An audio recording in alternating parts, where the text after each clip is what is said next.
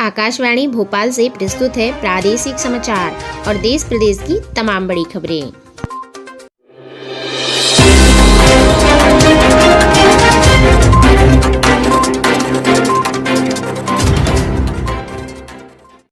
नमस्कार, सुबह की ताज़ा खबरों में आप सभी का बहुत बहुत स्वागत है। बात करते हैं आज की मुख्य हेडलाइंस की। पहली मुख्य हेडलाइंस मॉर्निंग न्यूज़ ब्रीफ में आपको बता दें कि सीबीएसई स्टूडेंट की कॉन्फ्रेंस में मोदी की सरप्राइज एंट्री हुई और वहीं केरल को मानसून ने किया तरबतर। महाराष्ट्र में अनलॉक के ऐलान के बाद फिर हुई कंफ्यूजन। साथ ही आज किन किन इवेंट्स पर रहेगी खास नजर आएंगे, आपको विस्तारित तौर पर बताया जाएगा। देश विदेश में बात किया जाए तो प्रधानमंत्री की हल्के फुल्के अंदाज में छात्रों से हुई बात। वहीं मंत्री ने कहा महाराष्ट्र अनलॉक होगा, सरकार ने इससे इनकार किया। मौसम विभाग का 101% बारिश का अनुमान लगाया गया। साथ ही आपको बता दें कि पीएम मोदी ने अमेरिकी उपराष्ट्रपति कमला हैरिस से बात की और बंगाल में टीएमसी नेताओं की घर वापसी के बीच मोदी की एक्टिव। गौतम गंभीर के फाउंडेशन पर दवाओं की जमाखोरी का आरोप लगाया गया। आधार पूनावाला बोले विदेशी वैक्सीन को छूट है तो हमें क्यों नहीं। साथ ही 6 राज्यों के चुनाव और बंगाल हिंसा पर आरएसएस का मंथन शुरू हुआ। बच्चों पर कोरोना वैक्सीन का ट्रायल रोकने के लिए याचिका लगाई गई।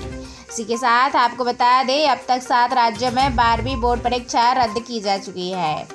जुलाई से इकोनॉमी रिकवरी की उम्मीद जताई जा रही।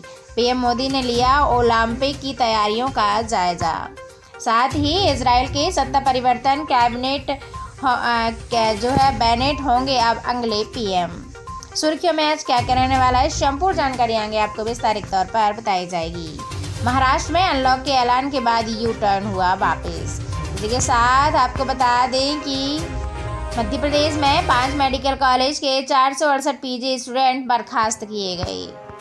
साथ ही पेट्रोल डीजल के दाम को लेकर भी यहाँ पर ताज़ा अपडेट है। आपको बता दें तेल कंपनियों ने 4 रुपये प्रति लीटर बढ़ा दिए पेट्रोल और डीजल के दाम।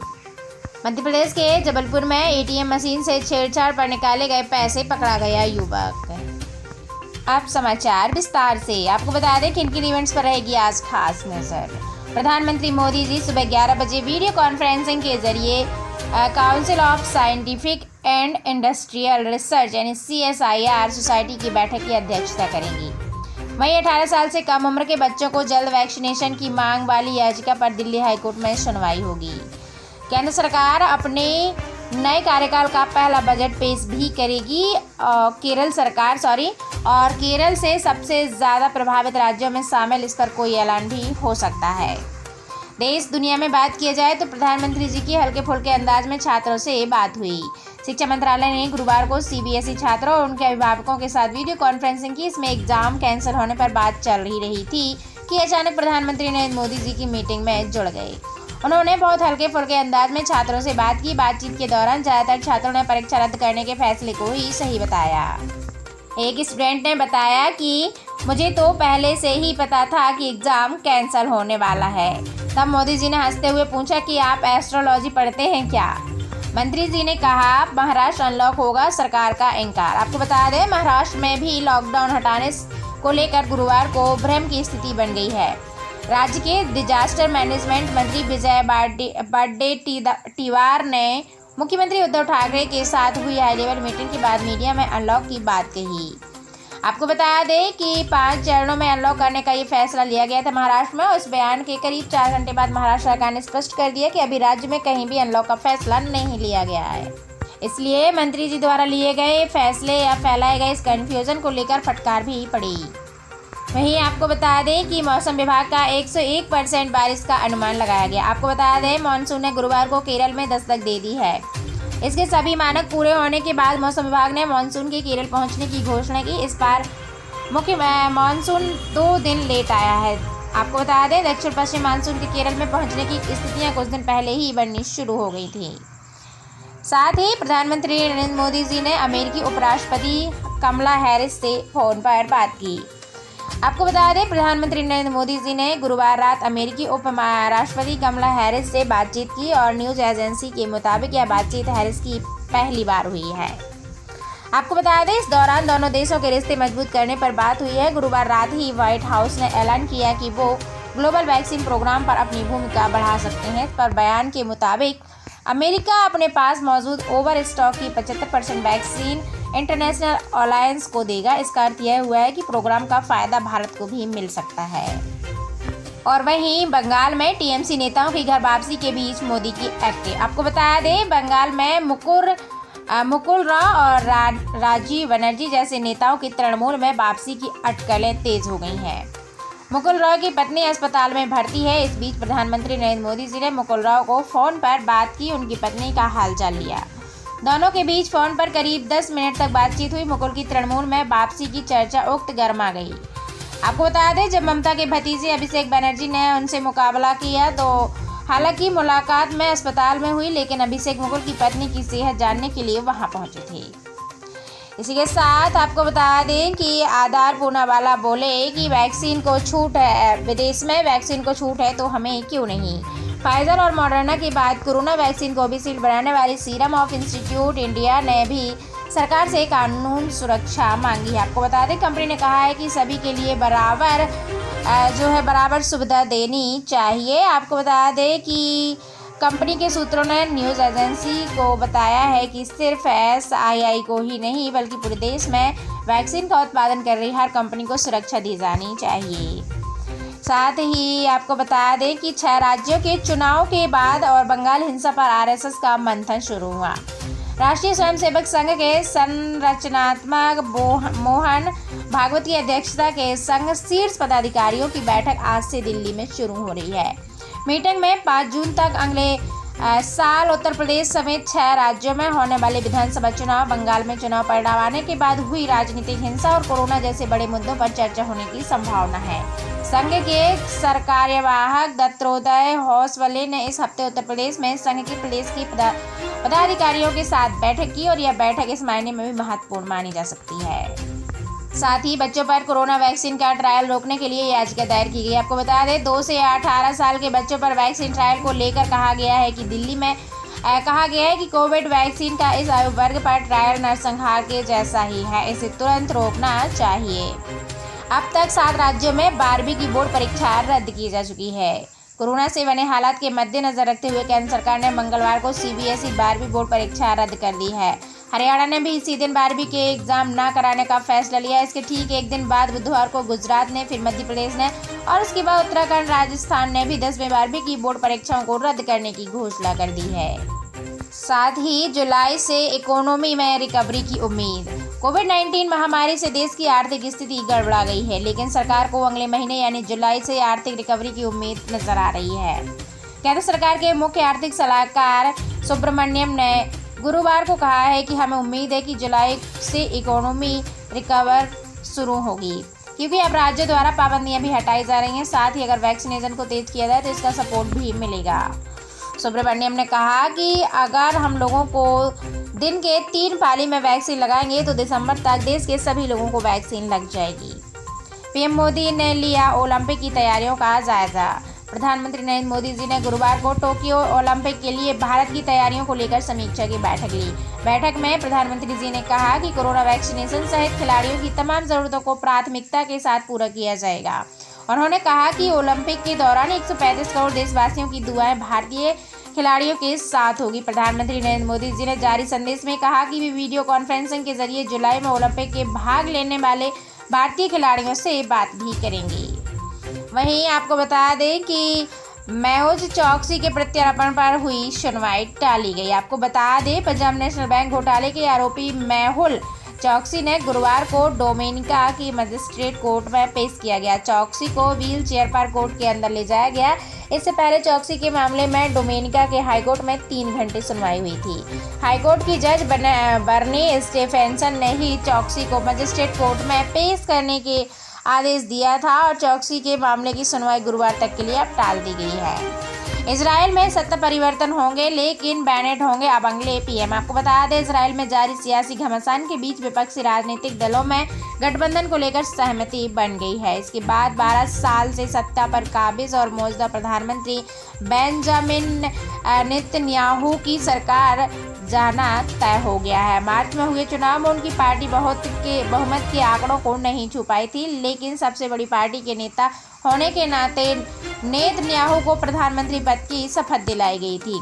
हालांकि वे बहुमत साबित नहीं कर पाए थे। इसके बाद दूसरे नंबर की पार्टी और उनके सहयोगी दल को सरकार बनाने का न्योता दिया गया था।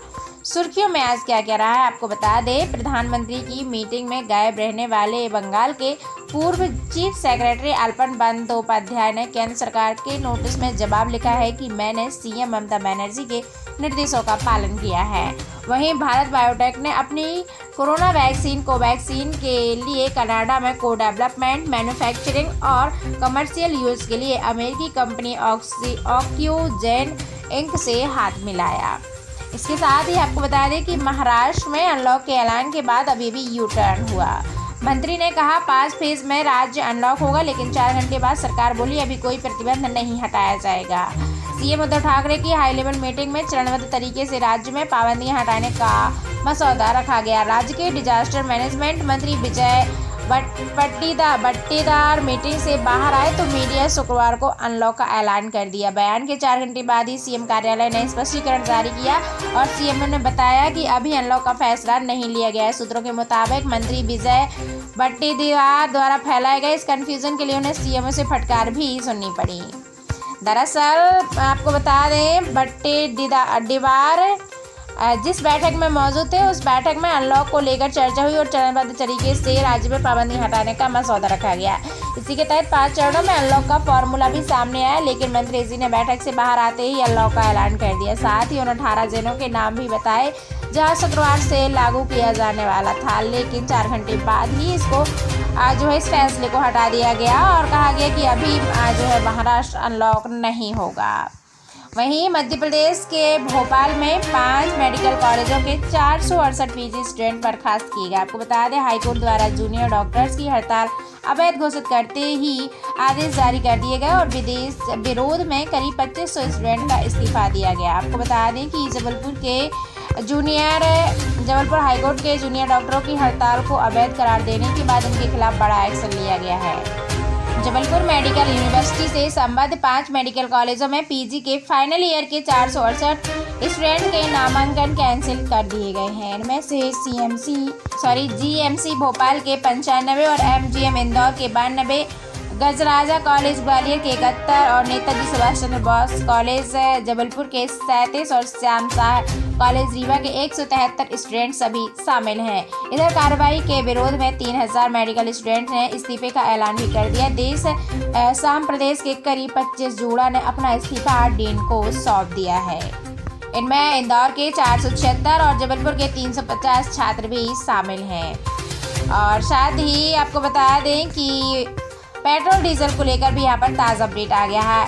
तेल का खेल शुरू हुआ। कच्चे तेल के दाम घटने के बावजूद भी तेल कंपनियों ने 4 रुपये प्रति लीटर बढ़ा दिए पेट्रोल और डीजल के दाम। आपको बता दें बीते 1 महीने से भी कम समय में तेल कंपनियों ने पेट्रोल डीजल के दामों में लगातार 17 बार बढ़ोतरी करके इनमें क्रमशः 4.90 और 4.65 प्रति रुपये लीटर बढ़ा दिया था, लेकिन अकेले मई में ही 16 बार इसके दाम बढ़ाए गए। खास बात यह है कि मई में कच्चे तेल भारतीय यानी बास्केट के औसत दाम अप्रैल की तुलना में 20 रुपये घट गए थे। कच्चे तेल यानी कि दामों में इनके कमी आने के बावजूद भी तेल कंपनियां लगातार दाम बढ़ा रही हैं। अप्रैल में क्रूड के औसत का दाम 4718.64 रुपये रहा बैरल में, जो कि मई में घटकर 4699.33 रुपये हो गया है। इसके बावजूद तेल कंपनियों ने 4 मई से पेट्रोल डीजल दामों में लगातार बढ़ोतरी शुरू कर दी है। आपको बता दें कि मार्च में जो है इस कीमतों में बढ़ोतरी की गई। आपको बता दें मार्च में 396 रुपये और वहीं पेट्रोल डीजल दाम में 3 बार इनकी महीने में कटौती की गई। अप्रैल की बात किया जाए तो 343 रुपये तो 1 बार कटौती की गई, मई में 0 बार कटौती की गई। मध्य प्रदेश के जबलपुर में एटीएम से छेड़छाड़ कर पैसे निकाले गए। आपको बता दें कैश ट्रे में पेचकस फंसाकर आरोपी निकाल रहा था पैसे। मैसेज देख सिक्योरिटी कंपनी के कर्मचारियों ने रंगे हाथों दबोचा, हो सकता है बड़ा खुलासा। आपको बता दें कि एसबीआई एटीएम मशीन में छेड़छाड़ कर 87,000 रुपये निकाले जाने की खबर अब सामने आई है। एटीएम मशीन से पैसे चोरी करने का यह अनूठा मामला शहर में सामने आया है। आपको बता दें चोरों ने 2 एटीएम मशीनों को अपना निशाना बनाया है। शहर के गुलौआ चौक स्थित एसबीआई एटीएम से पैसे निकाल रहे एक संदेही को सिक्योरिटी कंपनी के लोगों ने पकड़कर संजीवनी नगर पुलिस के सुपुर्द किया। आपको बता दें संदेही से पूछताछ में कई चौंकाने वाली सूचना सामने आई है। जल्द ही पुलिस इस मामले में बड़ा खुलासा कर सकती है। आपको बता दें कि संजीवनी नगर पुलिस के मुताबिक कालीमठ आमनपुर निवासी महेंद्र बाथरे ने शिकायत कर बताया कि SBI ATM के सिक्योरिटी मैनेजमेंट में काम करता है। वो 1 जून को करीब सुबह 7:15 के लगभग उसके मोबाइल पर गुलगुआ चौक स्थित SBI ATM से छेड़छाड़ होने का मैसेज आया था। इसी के साथ आपको बता दें कि ऑटो के मुकाबले अब AC से सफ़र करने में कोरोना का खतरा 300% ज़्यादा रहेगा।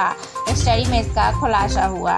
कोरोना वायरस को लेकर हर दिन नई स्टडी सामने आ रही है। इस बीच एक और हैरान करने वाली स्टडी में पता चला है कि ऑटो के मुकाबले अब AC टैक्सी में सफ़र करने से कोरोना संक्रमण का खतरा और ज़्यादा बढ़ सकता है।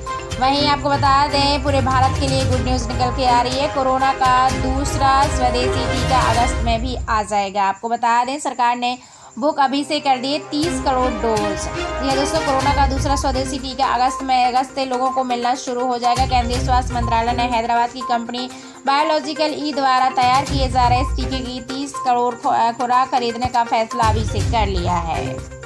साथ ही दोस्तों, मध्य प्रदेश और देश प्रदेश से जुड़ी हुई ऐसी तमाम जानकारियों को अपने देश से पहले पाने के लिए आप हमारे इस चैनल पर विजिट करें, चैनल को subscribe. Thank you so much.